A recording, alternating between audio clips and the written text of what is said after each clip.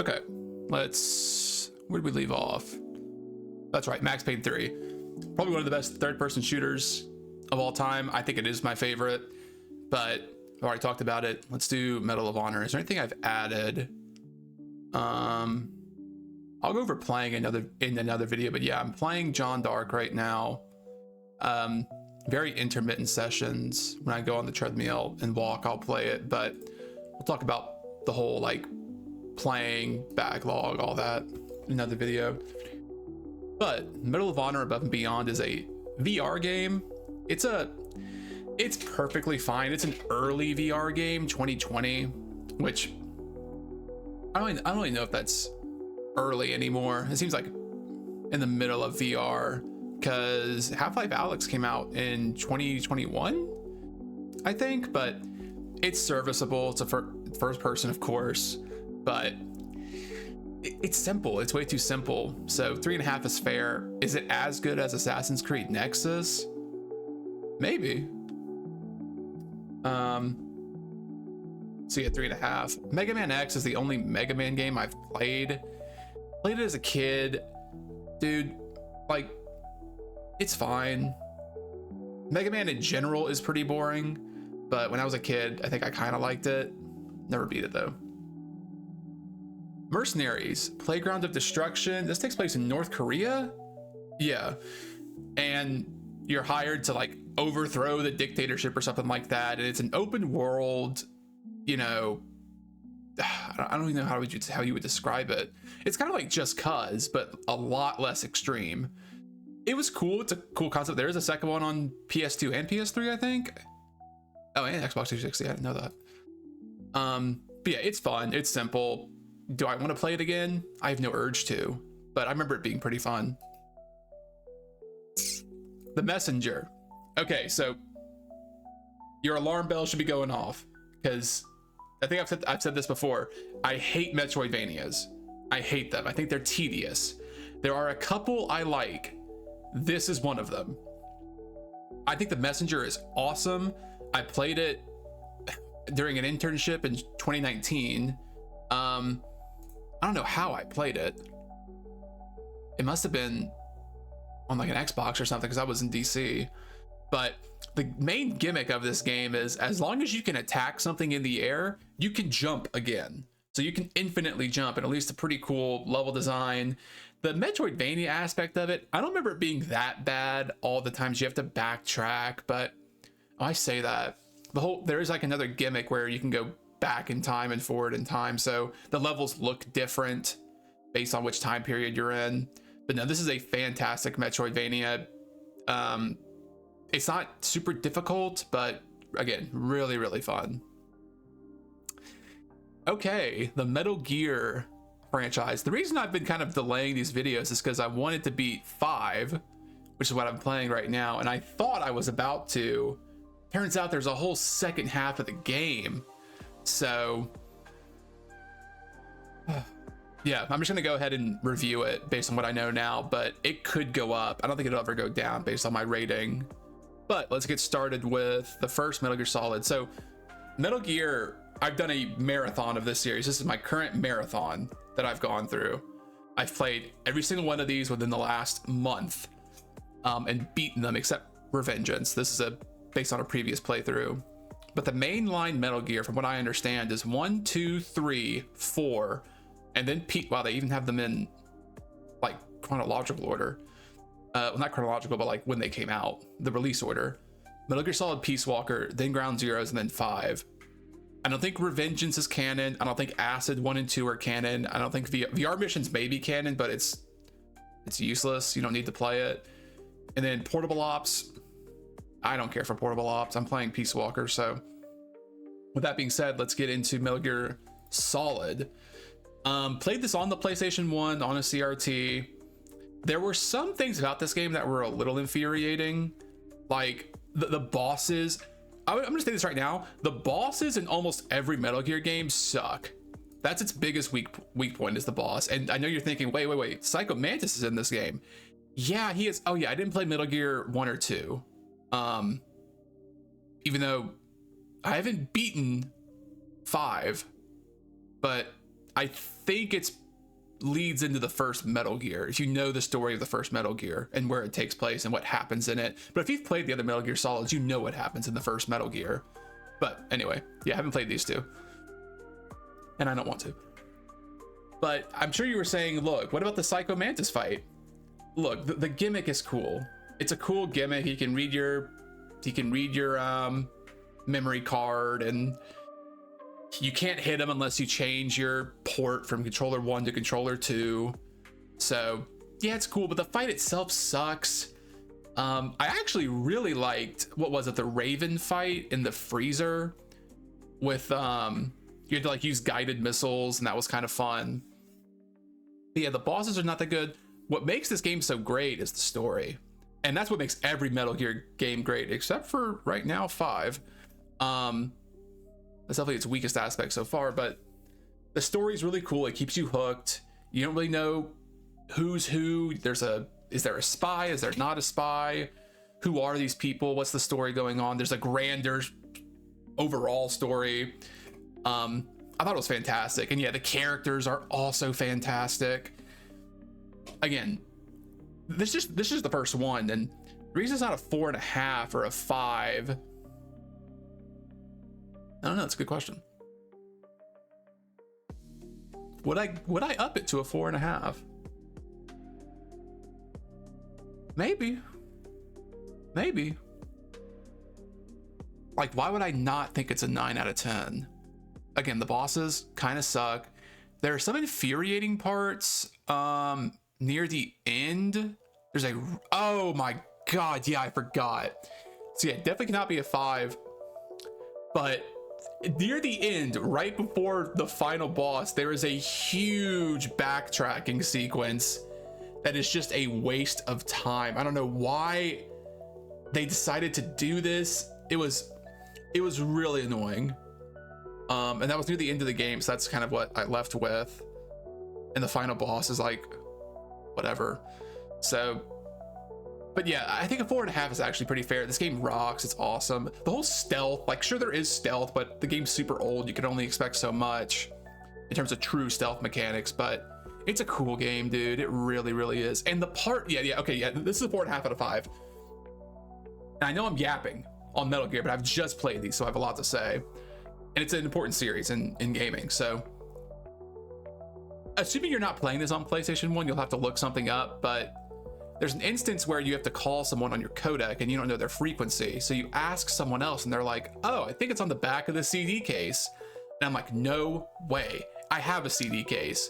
And I look on the back and there's a picture of you talking to this person and the codec number's on it. So when you call it, they pick up.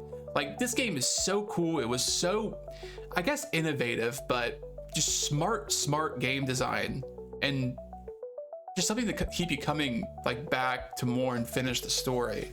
But yeah, awesome game. I'll stop yapping about it. Metal Gear Solid 2. So in college, I did play 1 through 3 and I beat them, and 2 was my favorite. I remember that. Now it's my least favorite of the original trilogy. I think they do make some pretty good gameplay adjustments. The story is a little weaker, although it does come into fruition in the second half. But I like the idea of it being more modern and being on a ship. And I'm surprised it's 4.5 when Metal Gear 1 is like 4.3. But it's not a bad game by any means. It added a lot of stuff. Raiden turns out to be a pretty interesting character. The fourth wall breaks are pretty cool. And yeah, people will tell you, oh, this is like the smartest game in the 21st century because it predicted the future. It's like, yeah, like, sure, it's cool, but I think people really need to really step back and examine the game as a whole. And again, 4 is still, I think it's awesome. I think it's a great game, but not as strong as 1 or 2 or 1 or 3. But with that being said, 3, dude, I remember not liking 3. It was my least favorite when I played the original trilogy originally. Dude, this game rocks. This game is so cool. Now, I will say this. Can you just run through every zone. Almost, yeah. If you wanted to, you don't have to do stealth because you have so much health. At least on the normal difficulty, you have so much health, so many items to help you out. Except for the end, it does get pretty dicey in the end. But you can run through this game. But if you really commit to it, and you're like, okay, I'm gonna be stealthy, and this is the original, so it's still the top-down camera. Very limited instances of like third-person camera. Whereas I think in the re-release, you had the option to play it like Metal Gear Solid 4 almost, or the modern Metal Gears, or even Peace Walker, where you had a traditional third-person camera. That does not exist on the PS2 version. It does not. At least not that I know of. I didn't play with it. But I like the gameplay additions. I really like the camo system that they added. It's awesome. The survival mechanics, they're pretty cool, but you always have so many resources. And again, this may be a normal difficulty thing. You have so many resources. It's like, okay, I have a broken leg. I have a million splints and a million whatever. So it's never like a huge issue, but I do like you have to keep up with it.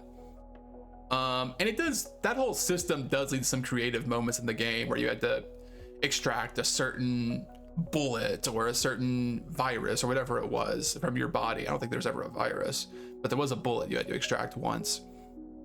And if you didn't extract these things, oh yeah, and like in the very beginning, there's a river with leeches, and if you don't extract the leech, your health continually depletes. But it doesn't tell you that it's because a leech is depleting your health. You just look at your health and you're like, what the hell's going on? And you look and there's a leech. You have to get the leech off. But the biggest thing this game has going for it is its story. The story in this game is so awesome, and it's mainly driven by its characters. I forgot what the Cobra unit, I think. The Cobra unit is kind of interesting, but the boss is one of the best characters in video games, period. It's not only what she does, but also her motivations, the writing of the character that makes her so fantastic. And yeah, this game's ending, I think it's the best ending in video games. I've thought about it. I can't really think of a better ending than Metal Gear Solid 3 Snake Eater. Like, this shit had me, I'm not even gonna lie, right? Got me a little emotional.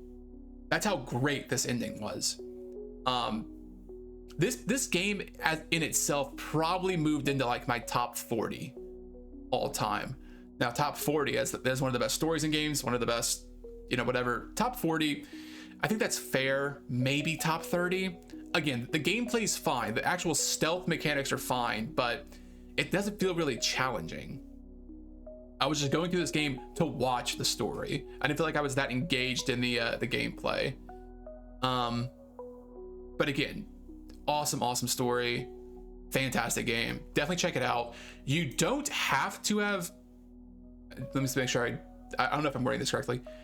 You don't have to have played 1 or 2 to play this one, because chronologically, like story chronology, this is first. This is the first game in like the timeline. So you can start with this one, but man, if you play Metal Gear Solid 4, you better have played at least Metal Gear Solid 1, because it makes a lot of references to Metal Gear Solid 1. But Metal Gear Solid 4, I was excited to play this one because I've never played it before. There's only 2 games that I just have not played before in this franchise, and that was 4 and Peace Walker. But 4, I was really excited because it was on the PS3. I had an excuse to boot up my PS3. This game, I'm not even lying, 66% of the game was cutscenes. I should have like a log. I should have my thoughts. Yeah, like 60% of my playtime was cutscenes, but they were really good cutscenes. This game has a awesome story to it, and seeing Solid Snake, or Old Snake, however you want to refer to him, seeing his story kind of come to a close. And this is when Kojima got pretty out there. Even though Metal Gear's always kind of been out there, this one definitely is where you see inklings of like, oh yeah, this guy could have made Death Stranding. That kind of starts in this game. I love the gameplay changes, because this one, again, you can run through a lot of the areas. You're kind of a tank in this game, but the improved controls, and that's one thing I'll give the Metal Gear franchise. Every entry, the gameplay gets better. Every entry, the gameplay gets better. But the bosses in this game, I think this game actually has the best bosses, which is a little sad. The first one's really cool. I like the first one, but oh my god, the flying bitch.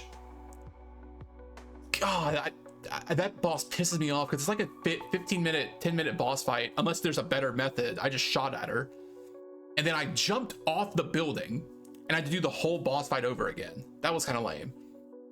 But this game has some really cool chase sequences, and Metal Gear Solid 3 had one too, like a motorcycle chase sequence near the end. This one has one in Paris, I think, and it's really, really cool. It's an awesome, because what I did is I just enabled auto aim during the chase sequence, because if you really want to hit anyone, you have to aim down sights. But if you're aiming down sights, you don't get to see the cinematography of the chase sequence. So I just enabled auto aim, and man, it was awesome camera work. The story in this game, there's a lot of questions going into Metal Gear Solid 4, because there's a lot of time. This takes place in like 1964, I think, and this is 2014, and Metal Gear Solid 1 takes place in like 2004, I think. So there's a lot of gap between 2004 and 1964, and this game answers like a lot of questions as for what happened in that gap. So yeah, overall, I think it's a very effective game. This game has a similar issue to Peace Walker and 5 in that, yeah, you can get different guns, and maybe they're slightly marginally better than the gun you had before, but once you have your gun, you're kind of with it for the rest of the game. I'll talk more about that in 5. But yeah, Metal Gear Solid 4 still loved this game. Again, when you're actually engaging with the gameplay for less than half the game and you're still giving it a 4.5, I really liked it. I really did. Peace Walker, did I even write a review? Yeah.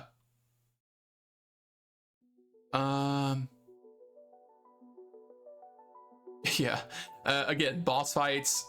This game probably has the worst boss fights. I don't know, 5 may have the worst. But based on the review, I think I'm standing by it in that the weakest part of this game is the story. I didn't find the story nearly as interesting, and this is coming off of 3 and 4. The gameplay was great. I think the gameplay was awesome. It's interesting, this game is the only one where you can't crawl. Like if you go prone, you have to stay still, whereas in every other Metal Gear, if you go prone, you can move. That was probably a limitation on the PSP, although it's just like a couple more animations and like a button configuration. So I don't know why they made that decision. But again, the gameplay was really cool. This is where the base building aspect got introduced for 5, which I didn't know.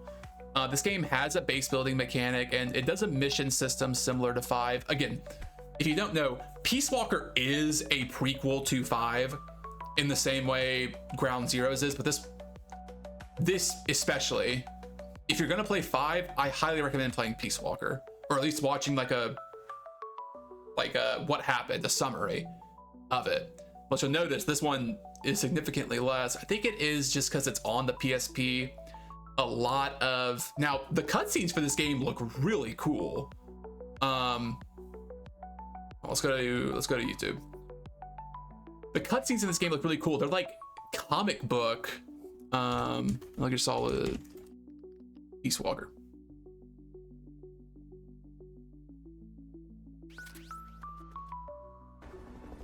Let's see if I can find.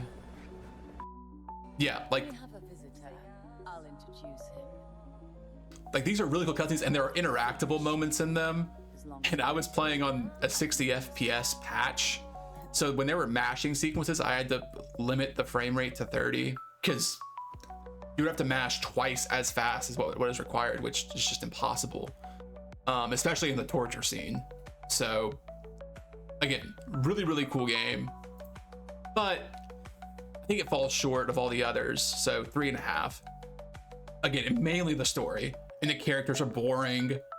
Now the last 30% of the game is actually pretty cool from a story perspective.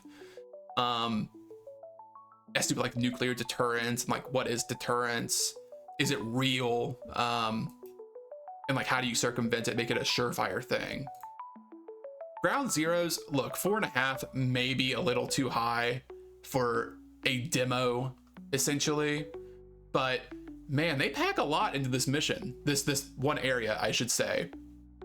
So if you don't know Ground Zeroes, it's one main mission from what I understand.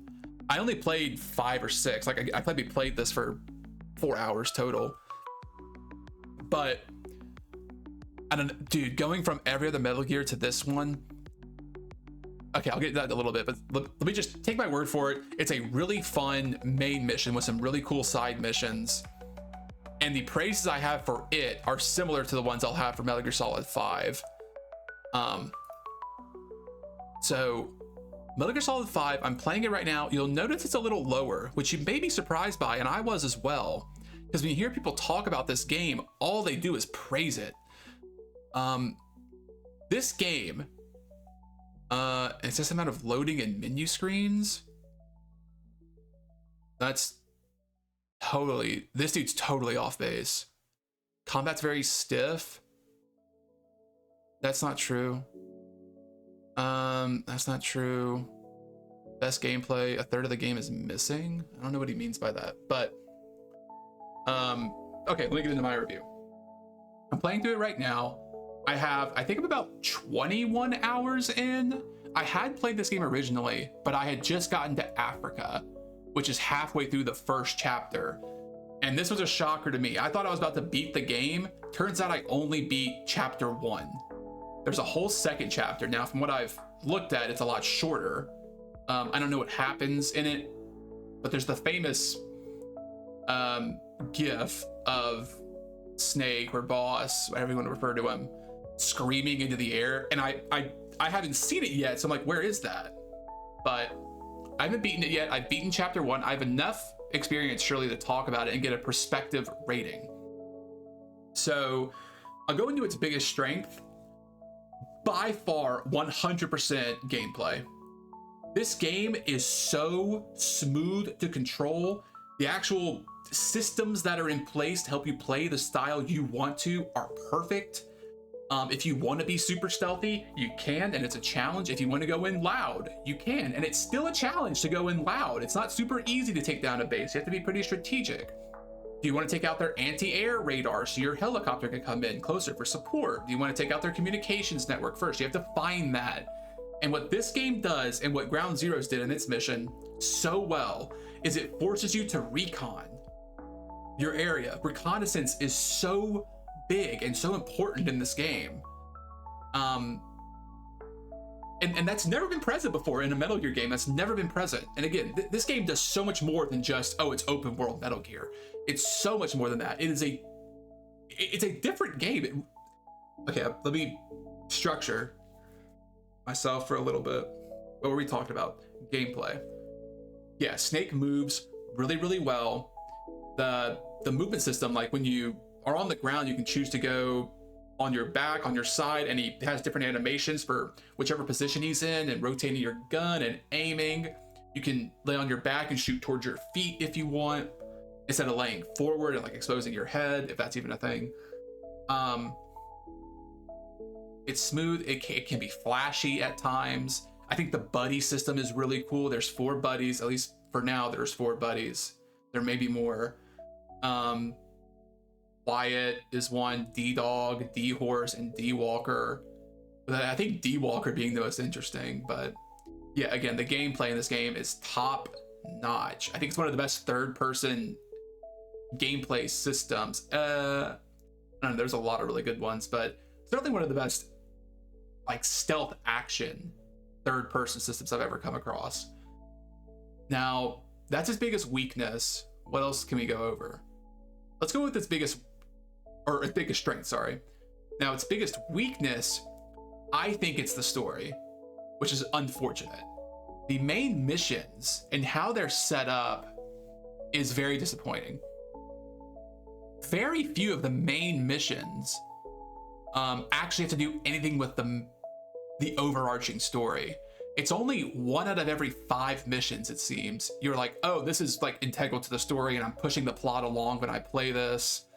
The rest of them are like, Snake, we have a private force that's contracting us to save one of their guys. We need it for the money, and maybe he'll tell us something.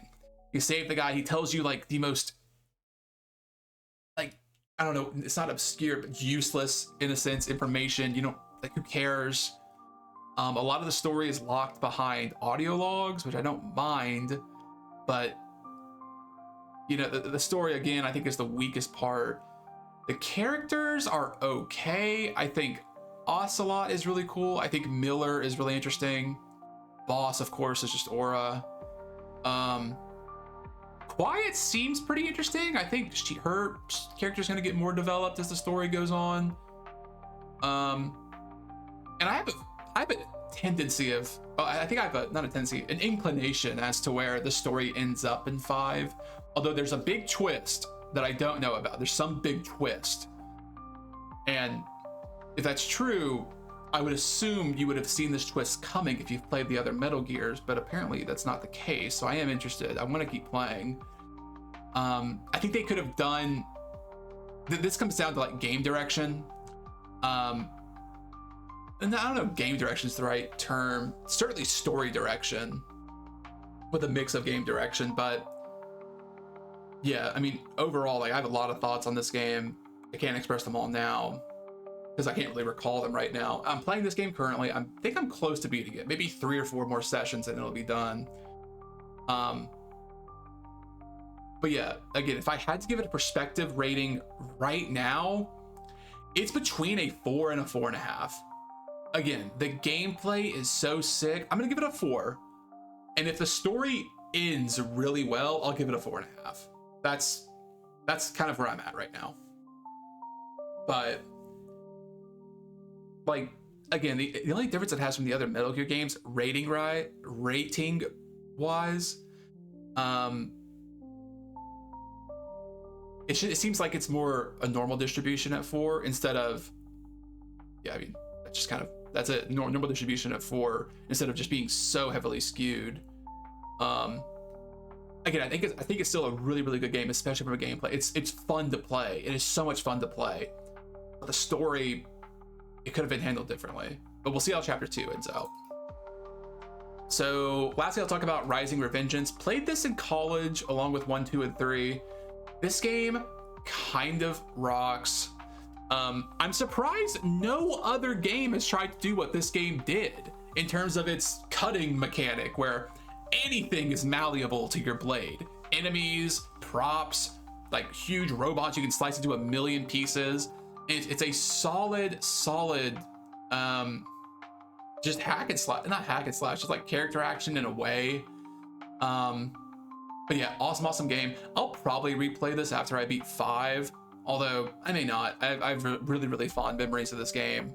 But yeah, 4.5, totally reasonable. And yeah, that's the Metal Gear games that I've played. Hopefully 5 turns into a 4.5, but for now, I'm putting it at a 4, close to a 4.5. Metal Hellsinger. Damn, we're 30 minutes in and we've only covered that much. One row. Well, oh well. Metal Hellsinger, if you don't know about this game, it is Doom, but you have to stick to a beat. You don't have to move to a beat, you can move freely, but you want, the more in time with the beat you shoot your gun, the more damage it does. Really cool game. I loved it. I got all the achievements on Game Pass for PC.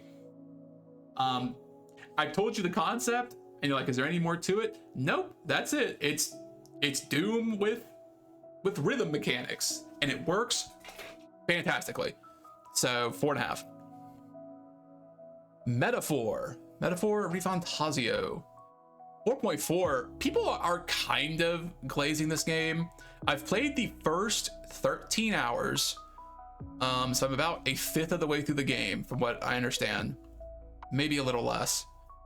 But I like the combat a lot. The story has not really grasped me yet. From what I understand now, what the plot has revealed to me now, I think it's relatively interesting, this fight for the crown competition. I need to get back to it. Again, I need to beat Metal Gear Solid 5, Kingdom Come Deliverance. Once I beat those two, it is Indiana Jones and the Great Circle. And then once I beat that, I want to come back to this game. I also want to start the Killzone franchise. It's tough being a dude. It's tough being a gamer. But from what I've played so far, I did like it. I don't know, I wanted to play other things, so I did. Can't really give it a rating right now because I know so little about the story. The game looks fantastic, it does, but I don't know. I can't really give any more thoughts than that. The characters are pretty bland so far. Metro 2033 Redux. Played this recently. Not gonna lie, expected a lot more. I kind of got into the whole Eastern European apocalypse shooters. I've played Stalker, Shadow of Chernobyl, or no, Heart of Chernobyl, sorry. Shadow is the new one. And then I played this, Metro 2033, and I thought about playing Last Light, but dude, this game, I don't know. The gameplay was fine. The story was fine. The characters are pretty forgettable. Like, it's fun. 3.7, like, you'll notice almost no one gives it a 4.5 or a 5. It drops off pretty heavily. This is a 3 to 4 star game. So yeah, it's fine. Now I've heard Exodus is fantastic, and I do want to play this. I also want to play Awakening VR, but Last Light Redux, I have it installed. If it's only slightly better than 2033, that'll not be good. This game has some good moments. Ironically, I like when you're outside more than when you're in these tunnels. I thought the outside portions were really cool. But again, it's fine.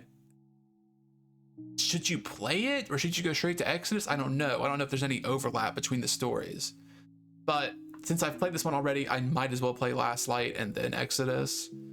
But yeah, we'll see. Metroid, okay. The first one I ever played was Fusion. I've played Super Metroid. I've played Super Metroid, but it's in the S's. You'll notice, yeah, it's probably a hot take, but I can defend it. Metroid Fusion, I played this as a kid. This is a childhood game. I didn't beat it. Is this a justified ranking? Probably not. Let's bump it down to a 4. I loved it as a kid because it was simple. I don't know, dude. Should I really rate this? I can't remember dick about it. Yeah, screw it. I like vague fond memories of it as a child, so I'll keep it there. That's all I can say. It's been a long time since I've played it. So we'll do Metroid Prime. Okay. Metroid Prime, I played on GameCube. Played it on the original GameCube.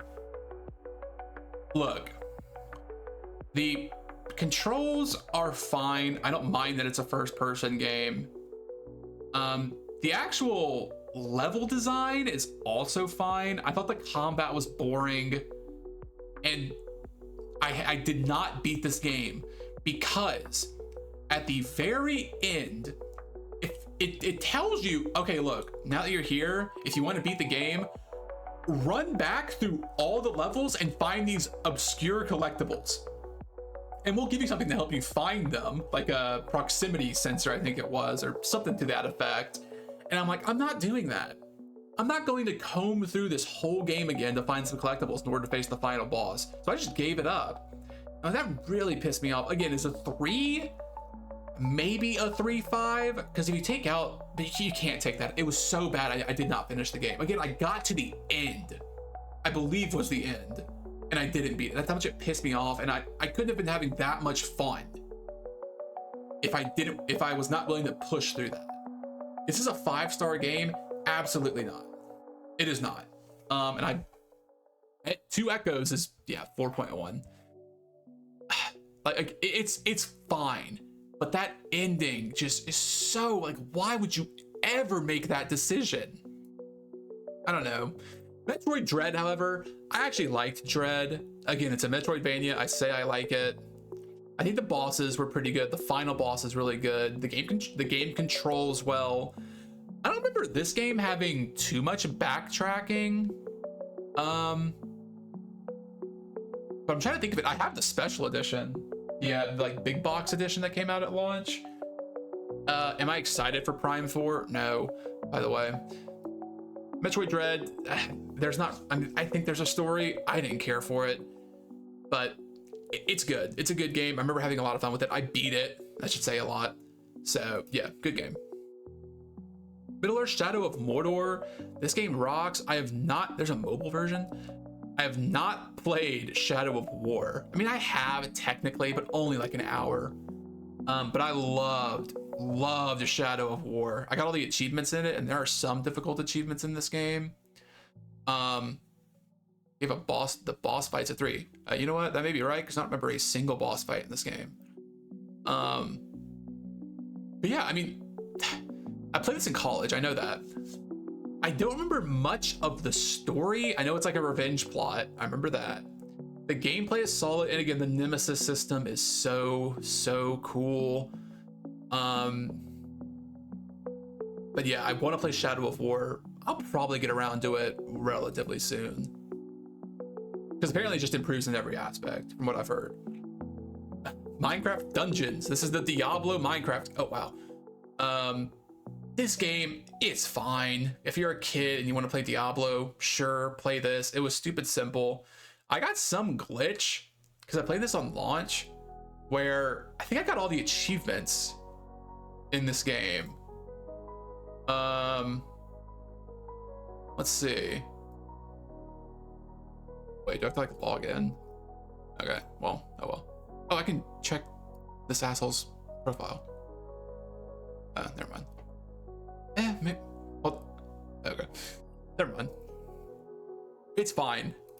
Minecraft itself, I mean, come on, you gotta give this a 5-star. Assuming you played it as like a kid or something. I played the one I played the most with was the 360 version.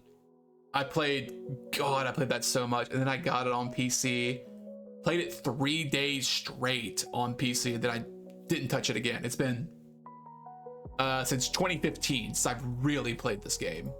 I tried a couple years ago, and I don't know. I kind of wanted to play something else after 6 hours. But again, this was so much fun in middle school. Yeah, awesome game. You know Minecraft. Mirror's Edge. The first one I've only played on 360, which I always hated because I would watch speed runs and they would do this tech where you would have to whip your camera around really fast and kick, and you got an extra jump.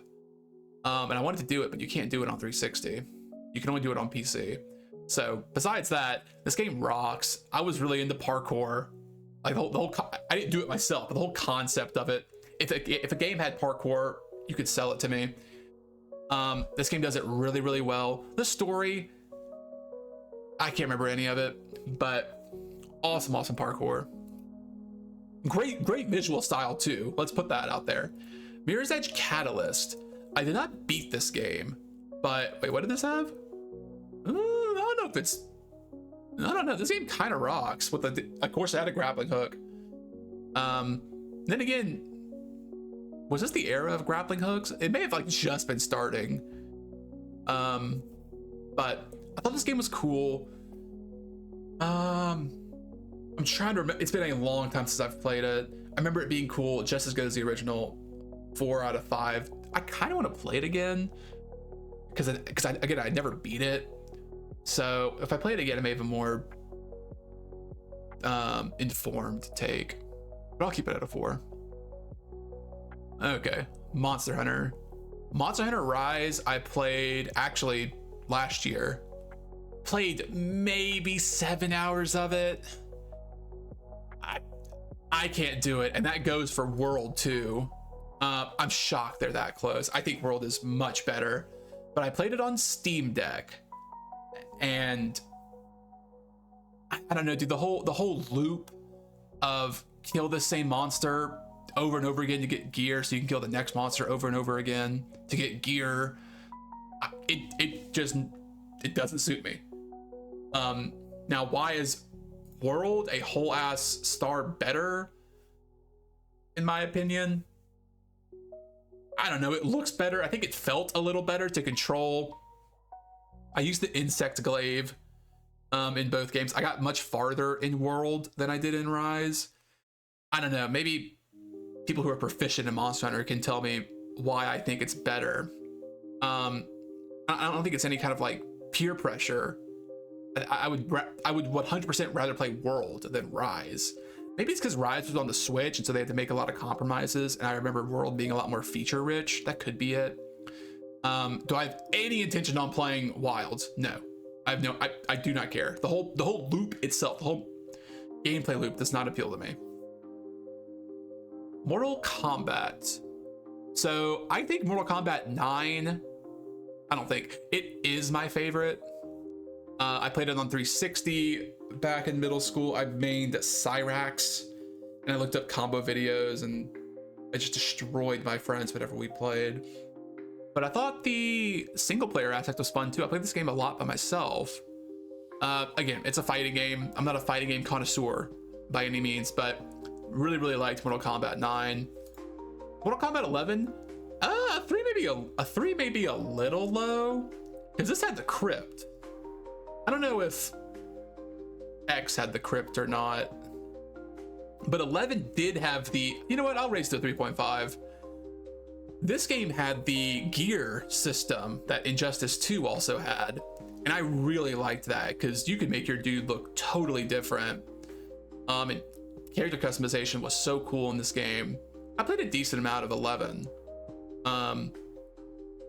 The story was like, I think it was okay. Mortal Kombat 10, I did not like. I know this is everyone's favorite. If you do still play Mortal Kombat, I don't know, it felt a little slow, I remember. The story mode was cool. The fatalities are really cool in this game. Again, I didn't play a lot of it, so 3.5. Oh my god, Mortal Shell. What a disappointment of a video game, dude. Visually beautiful, maybe. No variety in weapons, that's kind of true, but the whole gimmick of Mortal Shell is that you can harden your body just straight up. If you're fighting someone and you're just standing in front of them, you can harden your body and it tanks one hit. You can harden your body in the middle of a swing. And so against certain bosses, it's this chess match of, okay, when am I gonna harden? When are you gonna harden? And who's gonna take this fade, you know? But in practice, the game felt so slow. It felt sloggy. The bosses weren't really good. I didn't get very far in this game. I put it down pretty quick. Really disappointed in Mortal Shell because the concept is cool, but just did not pan out. Mount and Blade Warband. So if you are unfamiliar with this game, I have not rated it. I've played it for 5-6 hours. You know what? I could rate it 3.5 or a 4. I think is fair. Damn, a lot of people say 4, but this game's pretty cool. It's an open-ended. I mean, how would you describe this game? I guess you could say it's an open-ended individual simulation game in whatever time period this takes place in. But you can choose to be a vagrant and go about robbing villages. You can be I think you can turn into a noble if you wanted to. You can get married. You can start your own kingdom. You can build up your own war band and try to take over the whole kingdom if you want to. There's a lot of cool mechanics that help you do that.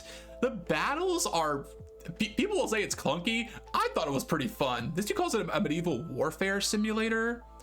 I'd say that is fair. I don't know. Yeah, that's probably better than I could put it. But I never got a huge warband with me, so I never did like these huge, large-scale battles. But constantly seeing your party increase and increasing their gear, making them better, increasing the size of your empire is really cool. Now, what this game has going for it the most are the mods. There are hundreds of different mod packs you can just throw into this game. There's whole ass 3 Kingdoms mods. There's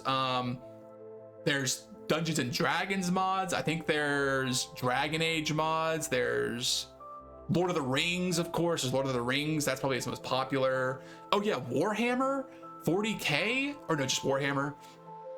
The modding community for this game is fantastic. I've not played the second one, but I think it's, oh, people have this one rated higher. That's surprising. But okay, that's interesting. I wouldn't expect that. But again, really, really fun game. I thought it was great. Great. I gave it a, I have to rate this because I don't know if I'm ever gonna play it again. It's cool. It's a really cool game. 8 out of 10. Fair enough. Dude, mouth washing. Played this December 2024. What the? Why are you showing me 2 stars? There's only 174 2 stars. No, this game is awesome. This game is carried by its story, and that's all it's trying to do. There are some horror elements, sure, but the story it's trying to tell is super sick. There are some trippy ass moments. You can't talk about this game too much without going into spoilers, but I'll say the crew of a spaceship is trying to wrestle with one of its members crashing the ship into an asteroid and trying to survive. They're trying to survive this whole ordeal in the aftermath. But what's cool is you're constantly jumping into different points on the story, different plots in the timeline, and by the end you get a complete picture. You don't have to play this game necessarily, but if you don't want to, I would watch a video on it. It's not a long game at all, but really, really, really cool game. Oh, my friend Pedro. What do I know about Pedro? So my friend Pedro is a 2D level-based action combo game, and it's just, you're this dude, you can do front flips and back flips, you can aim 2 guns at once, you're trying to look as stylish as possible. And I actually have all the achievements for this game, which is tough because it's tough to get an S rank on every mission. It's a super sick game, dude. It's simple. It doubles as a puzzle game almost if you want to get a high score, but I love this game. I'm shocked it doesn't have more higher ratings. My house, so I'm not gonna rate it because this does have, like, I think there is a level of interactivity you need with this game to rate it. But in case you don't know what My House is, it is a Doom 2 mod that it's apparently, I don't know anything about Doom 2 modding, I'm not on the scene, but it is a super innovative mod that deals with like non-Euclidean geometry, and there's like, I don't even know how to explain. You start off in a house, and then slowly but progressively it just gets crazier and crazier. The house warps around you, you go to a different area altogether. It's just a super trippy experience. But yeah, this is a really cool, I would watch a playthrough of this game. Again, I haven't played it, I watched a playthrough of it, so I'm not going to rate it. I think you do need some level of interactivity, because who knows, maybe different playthroughs are different. But yeah, really cool. Okay, Naruto fighting games. So I'll do these 2 first. So Naruto, the Clash of series, I believe there's 3 in America, or that released in America, maybe only 2. But there was a 4th one that released in Japan, and apparently it's the best one. I haven't played it. But no, Clash of Ninja 1 and 2. I played this in college with some friends of mine. This game, no, 2.6, maybe objectively, it's a 2.6. It's a really simple 3D fighter. But man, we got good at this game. We went deep into the mechanics to where you could almost TOD someone if you wanted to. We were labbing this game. We were finding combos with so many characters. My favorite was Rock Lee. God, this game was so much fun. This game was so much fun. Now this is definitely a more objective. If we're talking subjectively, this was a 5-star experience for me. So I met some of my best friends in playing this game in college in the dorm. Flash Ninja 2 we didn't play as much because we only had the first one at the time and we were so into it. How does it compare? 3.1, 2.6. It's definitely a better game. That's why I gave it a half-star higher. Oh yeah, here's 4. This is apparently the best one. Only on GameCube in Japan. This one, I believe it just offered more characters. There may have been some more single player stuff, but that's the only difference we recognize as more characters. Same game, essentially, just more characters, so it's better. More stages. But yeah, these two games, so much fun. Great party games. Now, the Ultimate Ninja Storm series. Look, these games are kind of all the same. 4 has the best gameplay. 2 has the best story mode. 1 is by far the worst, but I liked 1. And in its story mode, you can run through the Hidden Leaf Village and talk to characters. And what's cool about this is, as I was playing these games, I was also watching the anime. So I would watch the anime and then play the fights right after. And it was a pretty good incentive to watch the anime. But that's a great experience for me, playing these games in concurrence with watching the anime at the same time. But yeah, there's not much to say. They're all really fun. Again, I gave all these a 4.5 star for different reasons. I think 2 is the best story mode. 3 is a fantastic story mode. 4 has the best. God, dude, some of the cutscenes in 4's story mode are so sick, and that's true for these two as well. But I can remember a couple in particular, and the ultimates. This game probably is the best ultimates in any game ever. They're so over the top. They're so cool.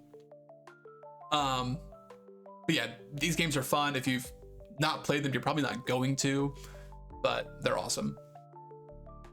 NBA Street.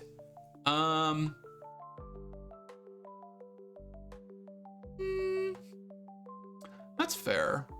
I haven't played 3 a lot, I'll admit. I only played it a little bit, but I think I'll give it, I'll knock it down to a 4. So NBA Streets, why is 2 the best one? Because I've played it the most.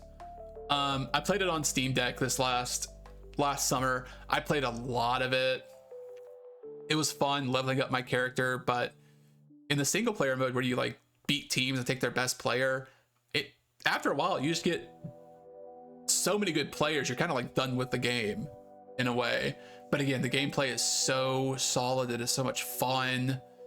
The single player modes are fine. Is a 5 fair? No, let's knock it down to a 4.5. If these are all 4, this is a 4.5.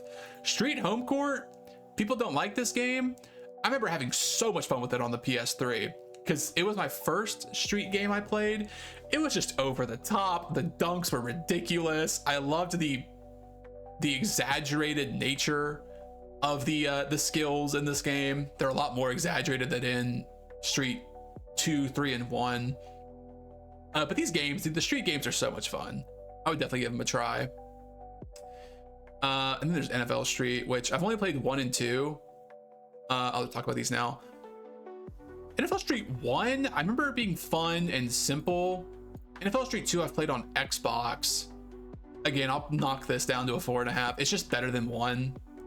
I think it controls a little better. I think there were some extra single player modes, maybe? I don't know. It's been a while since I've played either of these, but I'll trust that I think Street 2 is a little better. I've actually played NFL Tour, and I have Street 3. I just never played it. I have played this. I don't remember when, but I'm not going to rate it. Okay, Neon White. This game's cool. Never beat it, though. Because I got really into trying to increase my or decrease my time on every stage. If you don't know the whole gimmick of Neon White, it's a first person like speed running game, let's call it that. And every action you do besides jumping and moving requires a card. So if you want to shoot, it requires like a third of a card, and you have 3 charges. So if you shoot 3 times, your card's gone. Or you can discard the card and it does something else. So it's cool trying to navigate these levels. When do I use a card? When do I discard a card? How do I get through this level as quickly as possible while eliminating every enemy? The story mode sucks. It's lame, but you're not playing this for the story.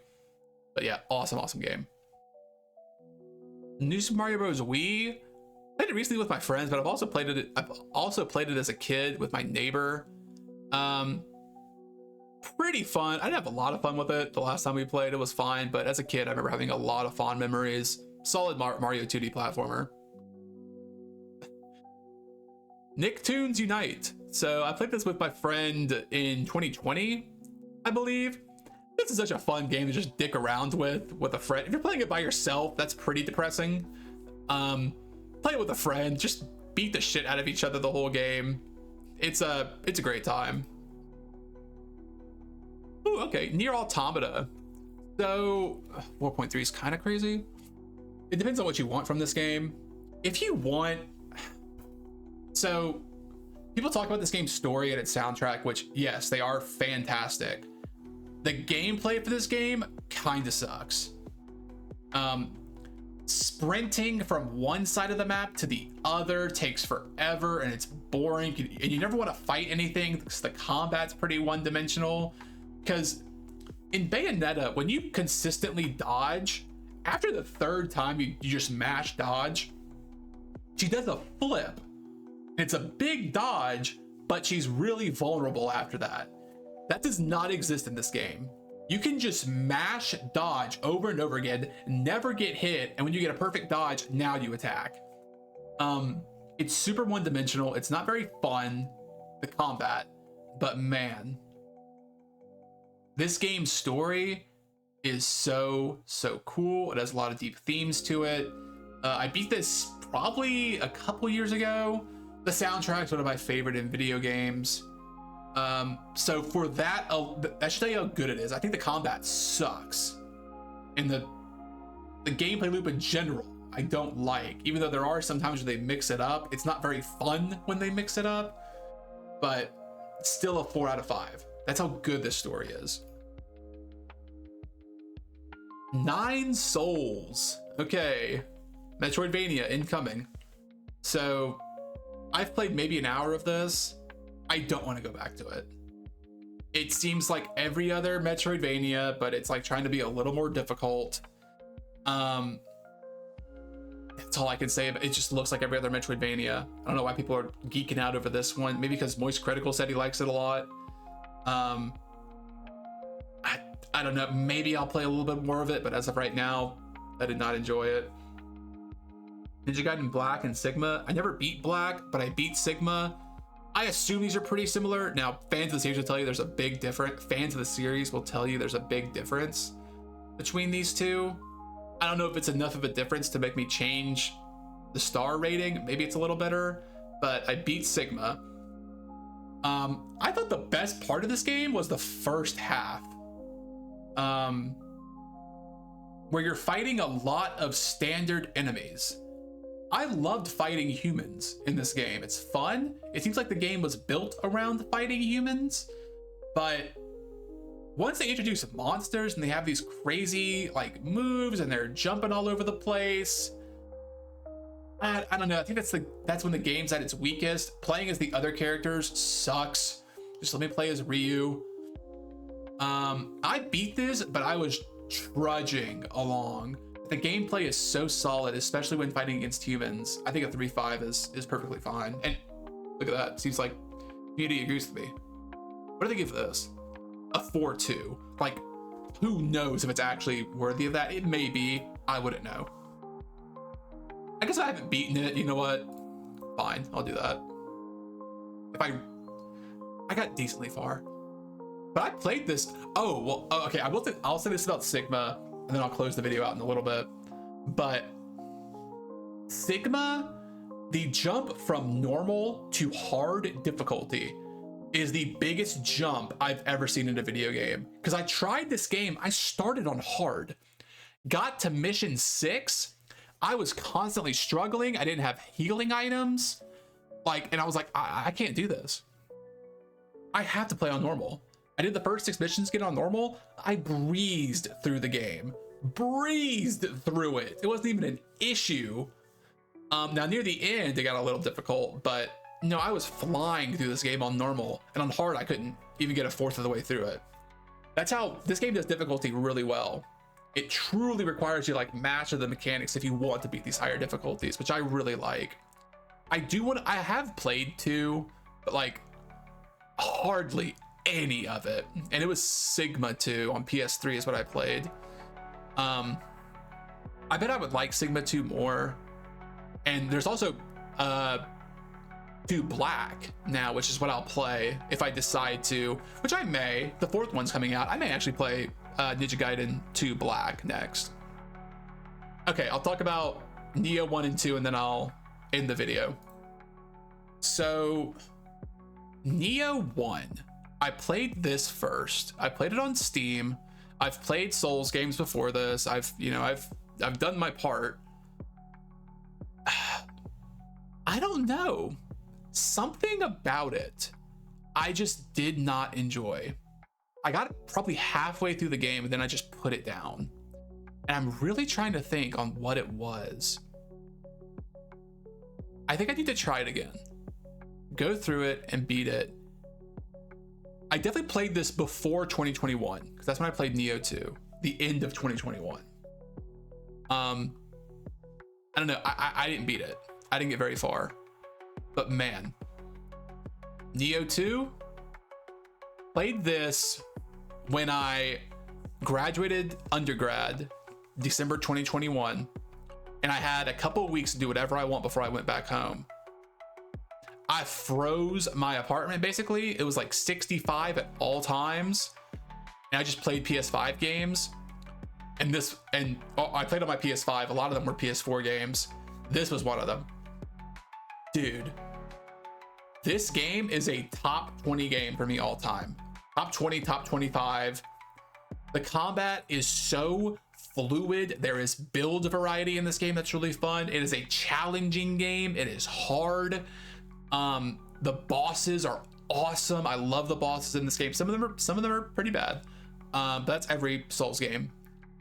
And I just remember I flew through this game. I could not stop playing this game. Such an awesome action game. Loved Neo 2. Is it difficult? I think it's the most difficult like FromSoft Souls-like game I've played. I could be could be wrong, but once I got to the end of this game, I was a damn master at it. I didn't do a lot of in-game content. I didn't do a lot of in-game like trying to clear higher and higher levels. I beat the main story. I did a little bit of extra content after that, and then I stopped playing. But no, Neo 2, if you've not played it, you don't have to play Neo 1. Trust me, I essentially did it. God, this game, dude. This game is so good. Awesome game. One of my favorites. Okay, we will stop there. What are we looking at? Nobody Saves the World. Wait, I may just finish out the ends. Yeah, I'll do that. Okay, 3 more. Nobody Saves the World. Played this. It was on Game Pass, I believe. The gimmick is that your character can turn into all of these characters and they all have different attributes. It was fine from what I played. I didn't get too far into it. I bet if I played it again, I would enjoy it more. I don't know, maybe it was just at the time I wasn't feeling it, but I do like the vision. Like all these characters have different abilities. So yeah, maybe I'll give it another try in the future. It's cute, it's quirky, it's a top-down 2D like action game. Noida, oh my god, Noida, dude. I was so disappointed in this game because this has been on my wish list forever, it seems like. Because the gimmick of Noida is it's a roguelike game, but every pixel has like physics to it. It's a fully like simulation style game. If you, the most common example is, oh, there's a distillery of wine. If you throw fire into it, the fire will spread, and it spreads really accurately. Because again, every pixel can be manipulated in a certain way. And from that perspective, it's a really impressive game to watch these interactions. But the actual game itself, dude, again, I've only played maybe an hour of it. I was like, this is kind of boring.